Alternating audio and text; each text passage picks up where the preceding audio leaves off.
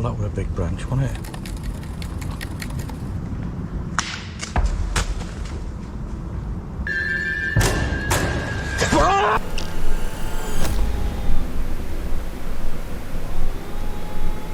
Touch the handle. Oh yeah, look, there we go. Right, he's bent down there. What's he doing?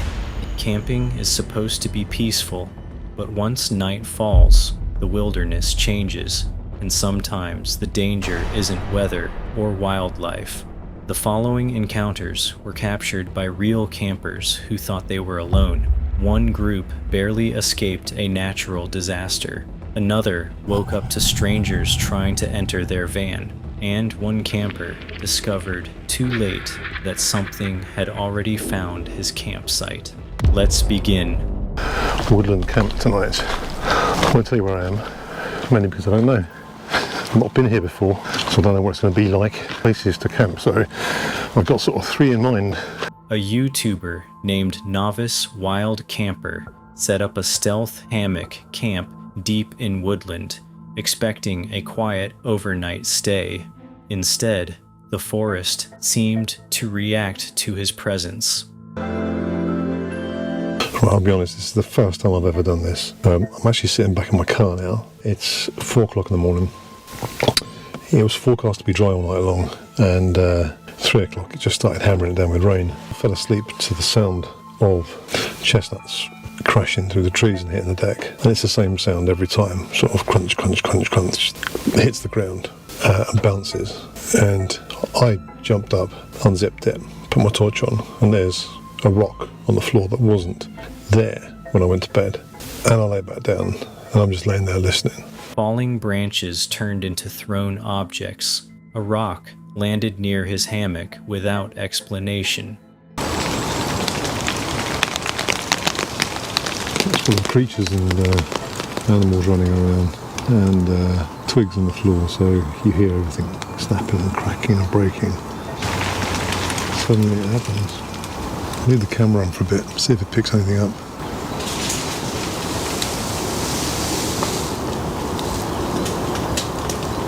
Crashes sounded directly behind him, forcing him to run through pitch darkness toward his car. It's only about half an hour away from where I live, and I was hoping this would be a really good spot to come on a regular basis, because it's local. I'm never coming back here again. Right, excuse the sound here, because I've packed my mic away because I'd finished the camp and I'd done my goodbye video. A local later warned him few people stayed overnight there successfully. The experience convinced him never to return. I am at a delightfully rainy services. As you can see, the Pigeon is parked up here. There's a rest area over the back there and just a regular services here. I do believe it is a shell garage, which makes me feel like I am right at home. On December 11th, 2024, Adam parked overnight at a motorway service station, expecting a routine rest stop before continuing toward Prague. The evening felt calm. He settled in and went to sleep without concern. Previous services down the motorway, and I started to go to bed as usual. In fact, it was a very nice, calm, relaxing evening. Around 3 a.m., voices jolted him awake. They sounded dangerously close to the rear doors of his van. Half asleep, he switched on his CCTV system. 2 hooded youths stood beside the vehicle. They moved from the driver's side window to the back, scanning the van. Until around about 3 a.m, maybe half 2, something like that. And I was awoken, half awoken, I was in a bit of a daze, by some voices that were literally about 2 centimetres away from my back door. Just to clarify, hit the button to turn my CCTV on, and what did I see?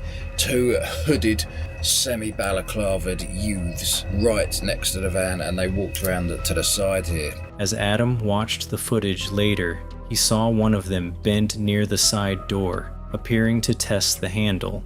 At that exact moment, still groggy and disoriented, he heard the handle move. He shouted and pulled back the curtain separating the cab, making it clear someone was inside. around the rear of the van. They take a quick look at the back. One of them's smoking something. Maybe he's innocent. Maybe they were just smoking. And I was sort of in a daze, and I was like, what is going on? They've gone back round to the other side of the van now. Actually, no, it definitely wasn't innocent, because I remember I heard them actually touch the handle. Oh yeah, look, there we go. Right, he's bent down there. What's he doing? Yeah, he's trying to do something there. And that was where I shouted pigeon. Look at that. Right, let's just rewind that again. The reaction was immediate, and they both stepped away and walked off into the darkness, abandoning whatever they had planned. Hey Rovers! Today we are going on a very cosy little wild camp. I've got the tent is back out. I don't really believe in possessions. I don't know. I have functional items. I don't have anything that doesn't have a value to me. If something's not functional, I don't want it. As soon as I start moving, I'm gonna warm up, but as of right now, I'm a little bit chilly. Katie Romes began a solo camping trip focused on simplicity and peaceful outdoor living. Welcome to my house. This is very comfy actually. I could literally sleep on the floor with no mat because it's so spongy. I have my 6 logs here. So what I'm gonna do is I'm gonna create 2 triangles, one with 2 bases on it, so that I can slot them together and that'll create a chair. While preparing camp, she noticed a group of men nearby playing loud music. What unsettled her wasn't what they did, but how closely they watched. I'm trying to be quiet because I don't want them to know I'm here. I am quite camouflaged, but I have seen them. So if I can see them, they can most likely see me. Oh, I'm scared. It's okay. It's okay. It's okay. It's okay. Anyone solo, if there's a group of people near you, you have every right to be concerned because they are quite scary. I don't know if you can hear that, but the scary men are now playing music and smoking cigarettes. Okay, if you're playing music on a speaker, loud, in a forest, which is very peaceful. They approached and invited her over. She declined, but remained alert as darkness fell. They came over to say hello. They said they saw a light, which is this light. And they said hello, invited me for beers and for dinner. I said no thank you.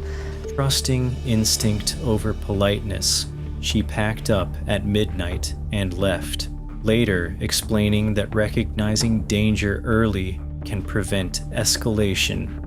So we're out here with a ton of gear, and basically this is just an experiment, seeing what we can do in this type of season. Let's go. Xander entered the woods during early spring conditions, unsure what weather or wildlife he might encounter. This place doesn't have many trees that I can hang my tarp from, so I'm gonna have to collect some sticks and make a frame of some sort, but that'll be fun. He built a tarp shelter and cooked beside a steady fire, enjoying the quiet isolation.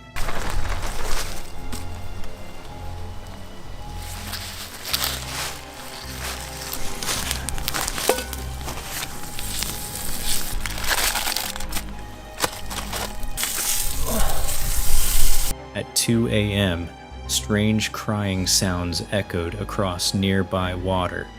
Splashing followed, freezing him in place as he listened.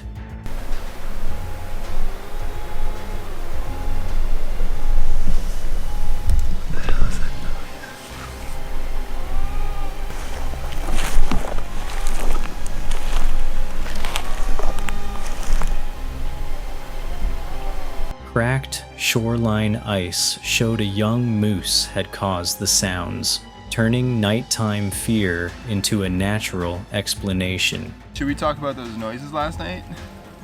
What were those? Like a crying noise. I think it was a baby moose. I couldn't see them, it was too dark, but they were just down there in the water. The experience served as a reminder: in the wilderness, imagination often fills the gaps left by darkness. I'm in this woodland and I've heard that pagans come in here to do their rituals. Is that what you want to call it? So I'm looking for, it's a large down tree. Gaz entered remote woodland searching for a fallen tree rumored to be tied to local rituals. I can't see any pagan markings or out like that.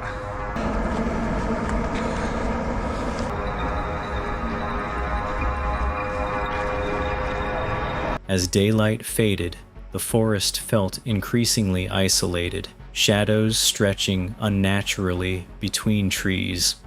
What happened later suggested someone else already knew he was there. 8:10.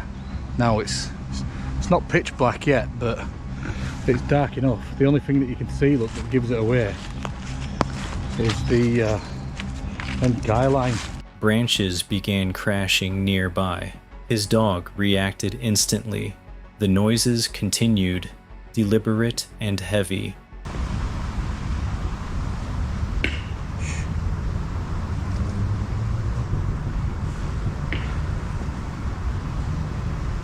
Then shouting echoed through the woods. Multiple voices, running footsteps, approached his camp. Gaz shut off his light and listened in silence before fleeing into the darkness. I can definitely hear something out there.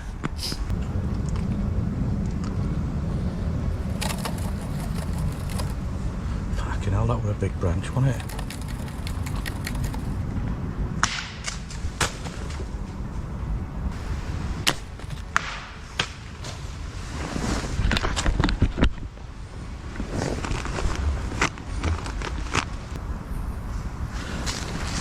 Why has this light gone off?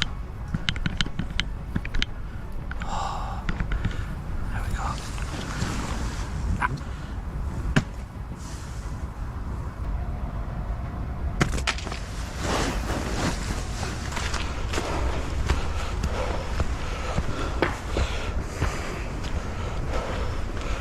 Returning at daylight revealed ripped equipment and a damaged campsite. Proof something had interfered during the night.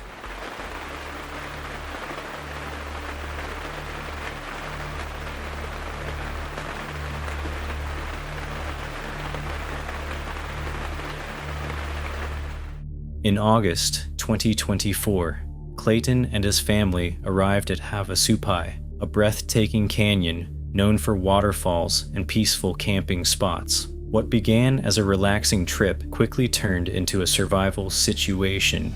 Within hours, the landscape itself would become the threat.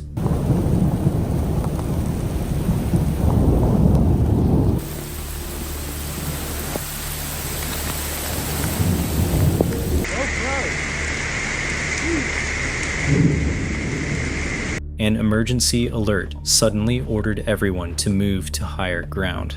Water surged through the canyon with terrifying speed, sweeping through campsites before many could react. Look at that water coming over that side.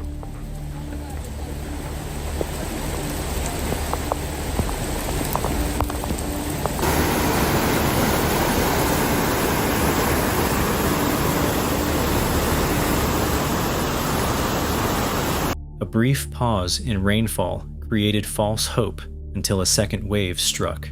Clayton's group crossed a bridge moments before it became impassable, leaving others stranded behind rising water.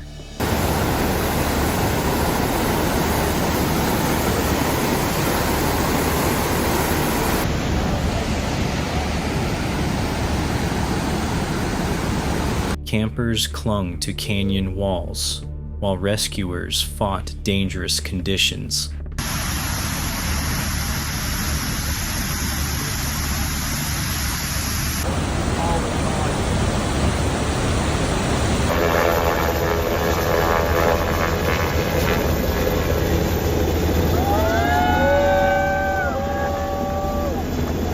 Several people lost their lives, a reminder that nature can turn deadly without warning. If you enjoyed this adventure, don't forget to like the video, share it with your friends, and subscribe to our channel for more wild explorations. Hit the bell so you don't miss the next encounter.